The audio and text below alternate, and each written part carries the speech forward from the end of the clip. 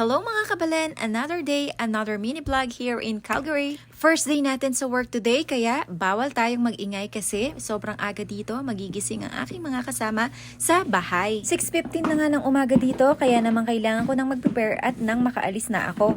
7 o'clock ang work, kaya bawal tayong malate. Gabi pa lang, pinlano na natin yung dadalin ko sa work. Ayan, meron akong tocino, kamatis, at may asin. At syempre, hindi mawawala ang para sa snack yung dingdong. Alam na alam nila na Pinoy talaga tayo. At dahil nga nag-a-adjust pa ako dito, tumawag muna ako ng Uber para masakyan papunta sa trabaho. Medyo nakakakaba pa din kahit na ito na yung line of work mo. Kasi syempre, maninibago ka ng pakikisama at ng bagong kumpanya. Ganun pa man, face our fear and be composed. Heto na nga, malapit-lapit na tayo sa trabaho. Mga 6 to 8 minutes lang naman from our house ang aking trabaho. Ang aga nating dumating, it's better early than to be late. Fast forward tayo mga kabalen, 9 o'clock na dyan at break time ko na for 30 minutes. Another 30 minutes break at around 11 o'clock naman, ayan, kaya kinain ko na ang aking ulam for lunch. Grabe, sobrang busog pa ako.